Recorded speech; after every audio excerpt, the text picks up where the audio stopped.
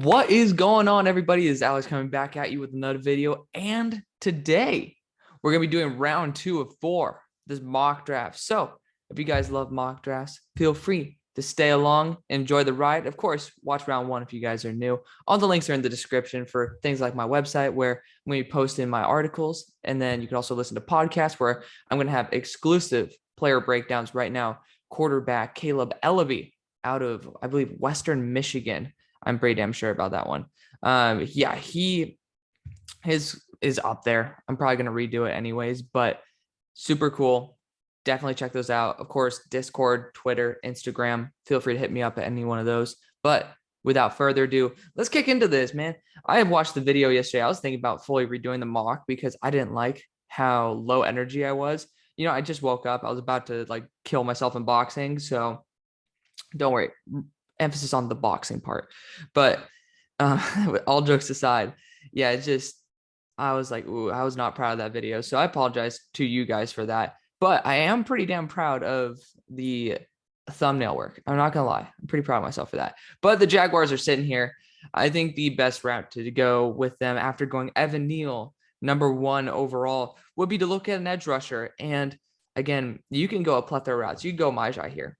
But I think Kingsley Enagbare brings the most upside out of these guys. I think Majai's body type is something he graded higher than Ebiketie and Enagbare to me.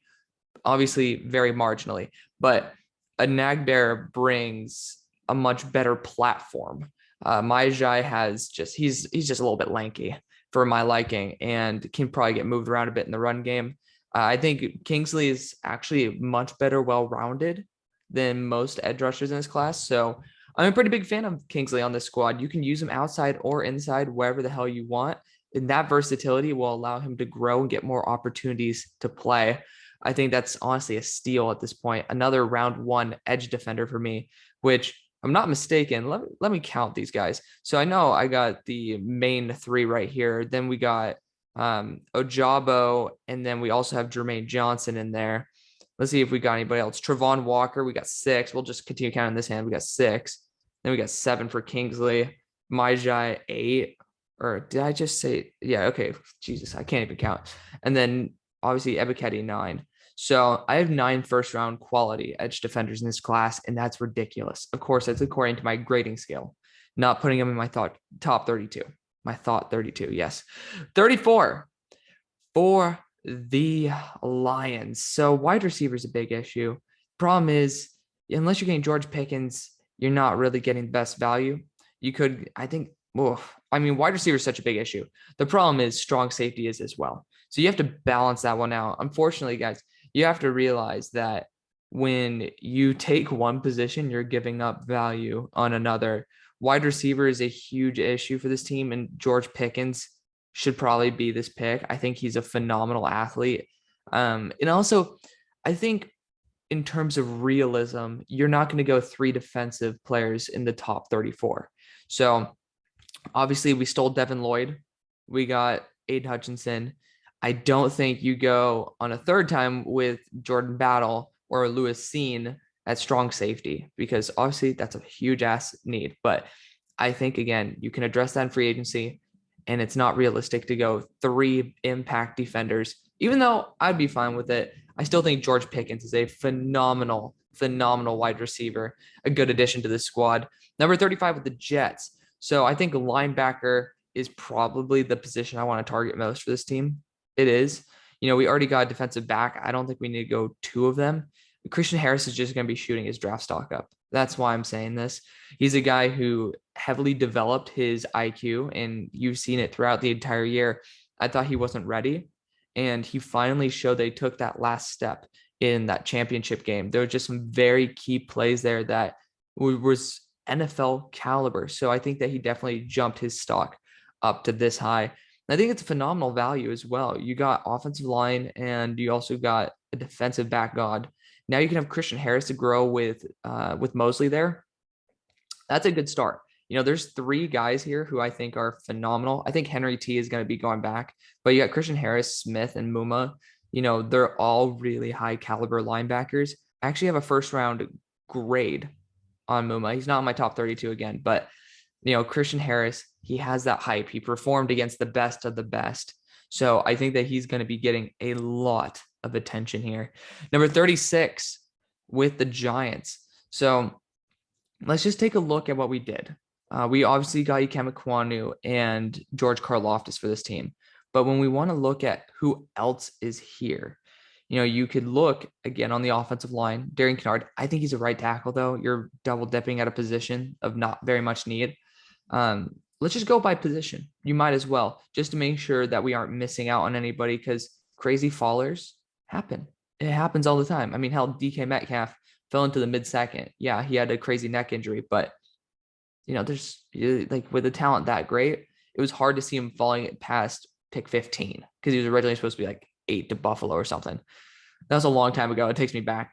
But when you're looking at it, you got like Trey McBride on the board. He's somebody who could be this pick. Again, Trevor Penning's on the board. I have him graded as a late 2. Just that is being very generous to him. His grade says a very early 4th. Just he's a very raw player. Kyrie Elam is here as well. That's another guy. Daxton Hill. All these guys are phenomenal. I just wanted to do a quick little recap just so we all knew who was on the board, including especially myself. I think linebacker is a huge need for this team, and I love this fit. Brandon Smith out of Penn State, just a phenomenal athlete. He's going to be testing the 4.3s. Look at him. He's 240 pounds, right? Pretty sure he's 243, 241, and 6'3". With that type of talent, I honestly think he should go back. I do, but I'm not sure yet. Again, that's the only problem with making these mocks, guys. I could post this and I could make this right now, and within 30 minutes after, just since people are deciding to stay, go, we'll see. Because Brandon Smith is phenomenal. I mean, he's just on another level. I think that he is going to bring a lot of hype to him if he returns, because he is an athletic beast. Again, 4.38 tested speed. He's already been tested at 4.38. That's ridiculous. So definitely a talented dude who could be sneaking into the first. That's why I have him going here, even though they have him listed at 78th overall. Number 37 for the Texans. So this is a team that, you can go a plethora of routes. Offensive line is one of them. You're looking to get rid of your left tackle situation. And I think the best move would go Penning or Raymond. And Raymond's a little bit more adaptable, in my opinion. Trevor Penning is much more physically dominant. So it's up to you which one you'd want to choose, because I think either of them will be able to fit whatever scheme they get drafted for.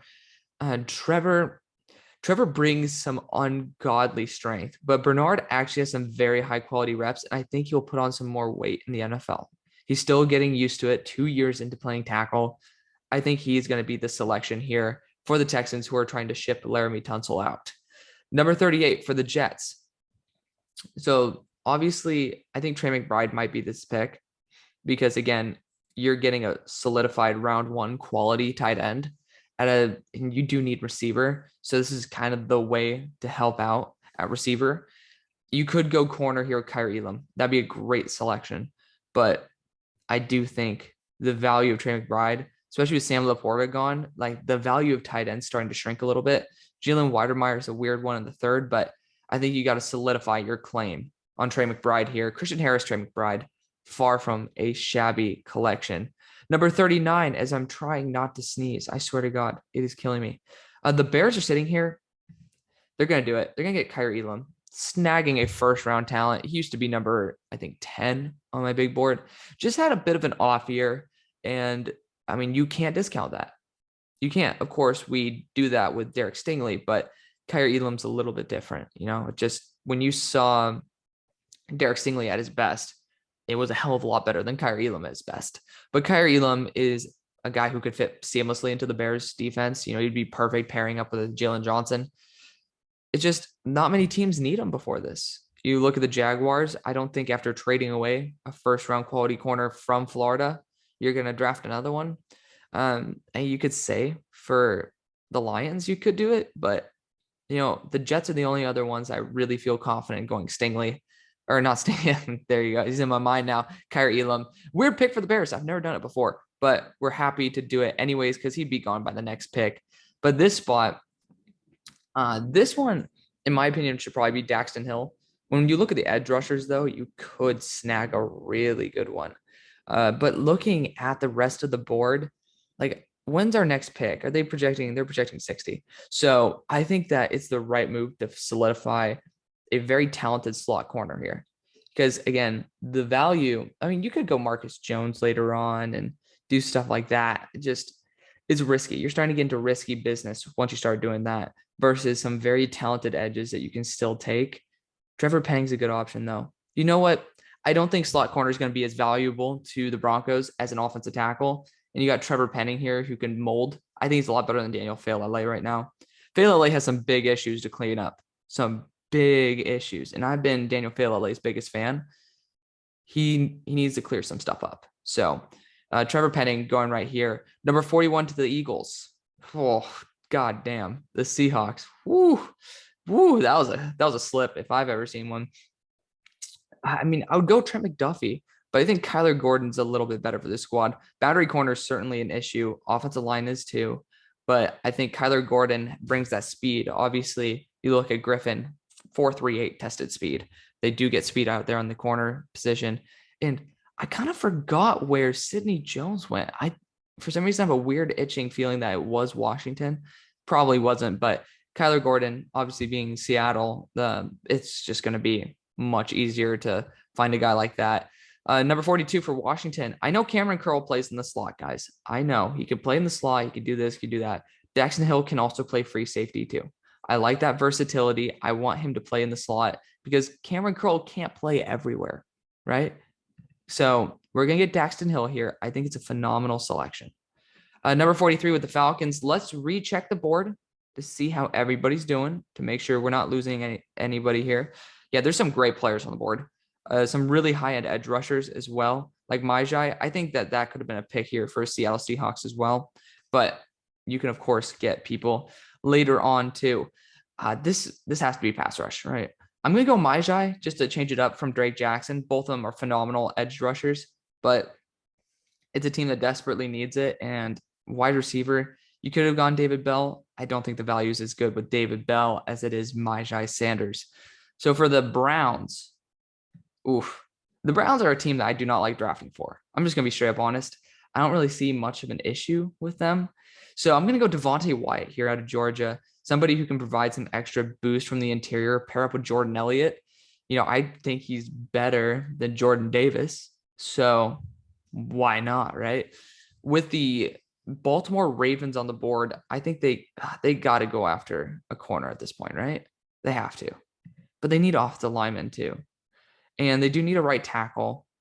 And I think Darian Kennard, since he's done so much run blocking at Kentucky, would be a very good addition to the squad. Darian Kennard to the Ravens after, who did they get? Did they get David Ojabo?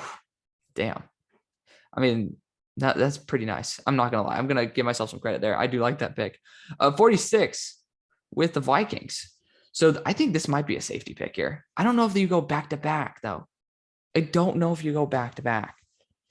You're going to. Jordan Battle. Sorry, Eagles fans. But Jordan Battle's going to be the pick. Phenomenal safety. Now you got Sauce and Jordan Battle. A pretty good pairing right there. 47 for the Colts. This got to be a wide receiver or a corner, and both are actually looking really good at the moment. But again, I think the value of wide receiver in the next round is going to be a lot worse than corner. Corner is pretty deep in this class compared to wide receiver, which I think is pretty bad. But David Bell, you gotta pull the trigger on that. Him or John Mechie, but I've never gotten David Bell for the Colts, and I think he'd still be a very solid addition to the team. So I'm definitely gonna do that. For the Chargers, pretty sure we got Kenyon Green in round 1. We did. So this would be a good spot to go after another edge rusher. Nick Bonito would be a phenomenal fit. Arnold Ebiketie is honestly perfect. But again, Trent McDuffie's on the board. I think you have to take a high-end corner like Trent McDuffie. He, in the right scheme, is worth a late first. So when you guys go to my website and you see my article, you will see my grade on him is not very good. But that's because he's very scheme specific. So being able to do that is like just understanding that an overall grade versus a scheme specific grade totally different things. It's why big boards are actually a bunch of crap because, again, you're not going to be drafting, like, let's just say you're not going to draft Wando Robinson for a scheme that uses guys to go up and get it, right? Like, it's not going to be, that's not the role that you're supposed to put him into. So for Trent, he's not going to be a guy who you really want in press man coverage him on an island. I don't think that'd be good at all. Very solid bailout, so he'd be good enough in deep zones, but I'm a little bit suspicious about his overall athleticism. 49 for the Saints.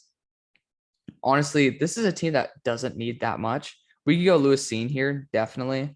You know, when you look at other guys on the board, you could just get extra pass rush. I don't even know. This team doesn't need jack shit. I'm going to be honest. So we're going to, what do we do? Because I might just pull the trigger on Martin Emerson, go best player available. But at the same time, I might want to get a guy like Zion Johnson or Sean Ryan to bolster that interior. I'm not a fan of Andreas Pete. That's just something me. And again, once I do, I'm pretty sure, honestly, I'm probably going to do the NFC South this weekend for all the mock drafts, the team specific ones, just because, again, like this division is probably the one that I don't like drafting for the most. Also, the Panthers make it easy to do a mock draft for them. But yeah, I think this one, you can never go wrong with offensive line. You can never complain about it. Sean Ryan can play left tackle as well. I think he can actually play left tackle. His best fit should be at a guard spot. But again, he's a guy with guard tackle versatility versus Tyler Smith, who's only a guard in my eyes. I love Tyler Smith. Don't get me wrong. But Sean Ryan, he's going to be a guy who could potentially fill in for Teron Armstead if he gets hurt. Obviously, I'm pretty sure they haven't re-signed him yet. You guys, of course, super fans can help me out with that one by checking that. This pick, though, this got to be Chad Muma, right? Like, when you look at it, you get Nick Bonito as a pass rusher, but this is something you got to maximize your value for. Chad Muma is ridiculous, and he has excellent coverage ability. Don't know what the future is going to be for the Dolphins now that Brian Flores is gone, but, you know, Chad Muma is phenomenal. Bottom line is he's phenomenal. His athleticism is off the charts. His instincts are out of here. So, and he's great at covering. So I think he brings a lot to the table that you're looking for at position of need. So I'm definitely enticed about that one. Eagles, I'm down. Oh, corner is such a big need too. You got Martin Emerson on the board, but you also have Lewis Cine. The problem is that you pass on one, you give up the other, right? Two of them are big needs. Obviously, we know Howie's not going to draft 3 defenders in the first like he should. I'd feel more comfortable going after a corner in the third. Then I just want to check when our next third round pick is, so you guys know why I'm randomly scrolling up here.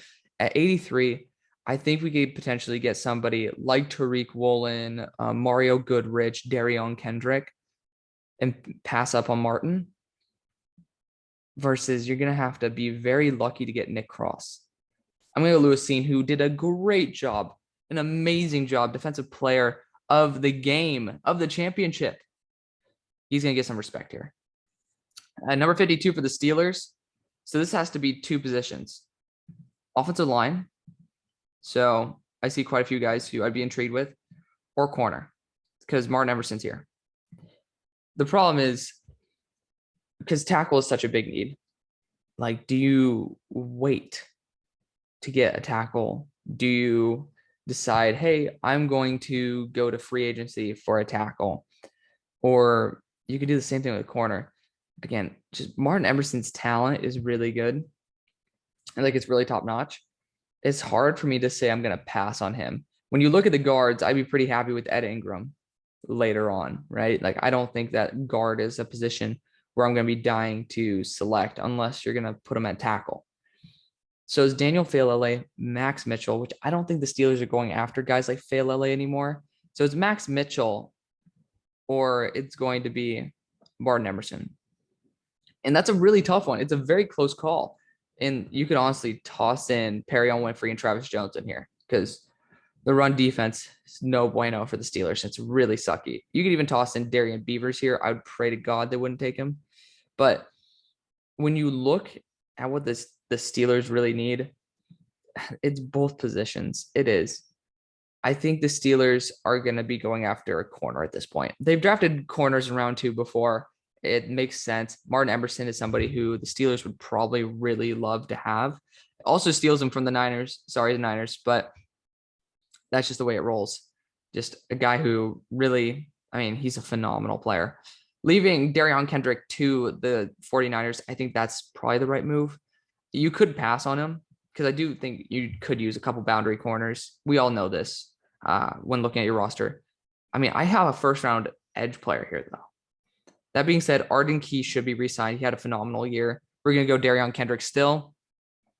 With the Raiders, well, that's a tough one because they could definitely use a right tackle, and Faalele fits their bill. Fuck it. Let's go. Daniel Faalele. They like their big-ass dudes, man. They do. So I think Daniel Faalele would be a very fun pick for the Raiders. Just a guy to continue bolstering that offensive line. Leatherwood did not work out.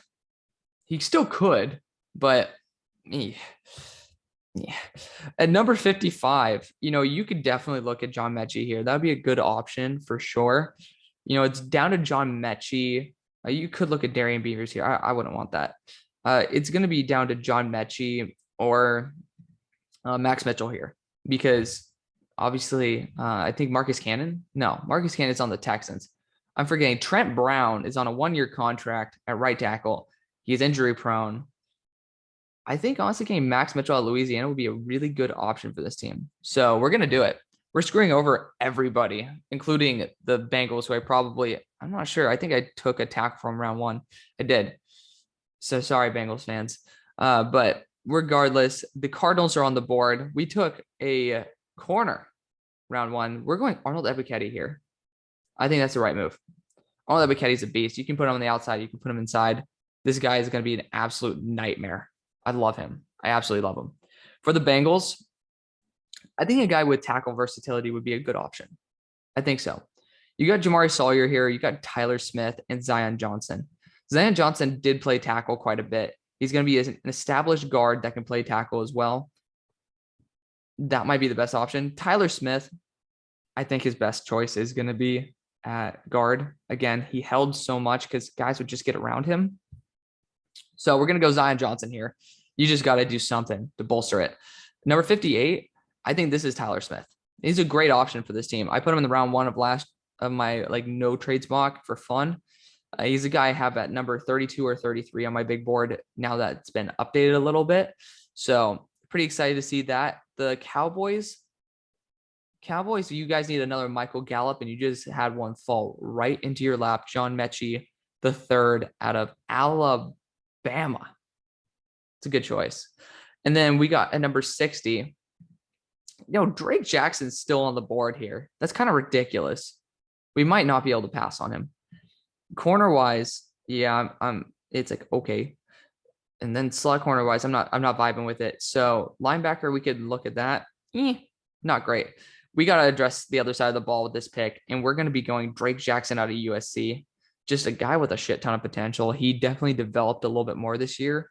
Very happy to see that for him, but not going to get him crazy. He has a 2nd-round grade for me. Just not going to be that crazy about him given the crazy talent in this class. Number 61 for the Chiefs.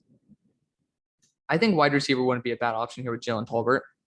It wouldn't. This is the highest I can see him going. And again, with the lack of talent in the receiving group this year, again, after Wandale, I mean, Romeo Doubs is your next best option, and that's a big drop. That's a big-ass drop-off. I love Jalen Tolbert. I do. I think he's a phenomenal wide receiver who's dealt with a very terrible quarterbacking situation, and he's finally going to a team that could give him the ball. The guy can just put on a little bit of weight, but at his size, the guy's insane. He's a really good wide receiver. Nobody's talking about him either, which is just downright disrespectful. 62 for the Buccaneers. The team could definitely use a corner. I think with probably the departure of 2 high-end wide receivers, that being Antonio Brown, who's already departed, and I think Goodwin will probably part away. Wan'Dale Robinson wouldn't be a bad option. You can pair him up with Jalen Darden on the squad. Wouldn't be a terrible choice. You could, of course, get offensive line here. It's okay. I'm not a huge fan of it. We already went interior defensive line. So who do we go with? Did we go with DeMarvin Leal? Okay, that makes more sense. I was like, what the hell? I think this would be the right move to go Wan'Dale. I think that's the right choice. So we're going to go Wan'Dale Robinson here out of Kentucky. Again, also stealing him from your division rivals, the Atlanta Falcons. So for the Falcons here, we have to maximize our value. So I think going running back is probably the best choice with Kenneth Walker. He's far from my RB1 right now, given everything, which actually, you know what? I'm not going to release it. He's not my top 3. I'm not giving you the exact number, but he's not at the top echelon of running backs in this class to me. And if my grade for him was solid and I totally stuck to a grading scale, you guys would probably crucify me. Yeah, because I'm not that big of a fan of Kenneth Walker. But in this role, I think he's phenomenal. I think it's a great spot for him. And trust me, I watched his game against Michigan. Like, I gave this guy the best shot he could. I think he does go here. You know, it's him or Breece Hall, but I think Kenneth Walker does go first. He has that hype. So Kenneth Walker out of Michigan State going here. Finally, we actually haven't had any trades, have we? That's intriguing. You still have Carson Strong, Desmond Ridder on the board. I think I don't know why people think Dez is going to go that high. I don't. He's not that good, and he proved that in the Natty or in the semifinals. So I don't get it. Carson Strong has had 3 knee surgeries. Again, I don't know why people aren't factoring that in. Just really doesn't make sense to me. But when you look at the guys on the board, is there anybody worth moving up for? Apart from quarterback, I don't really see much. I don't. But there is quarterback here.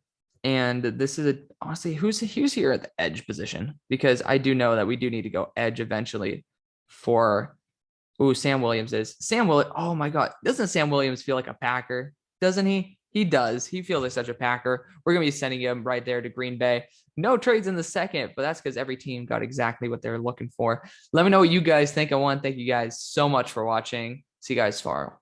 See ya.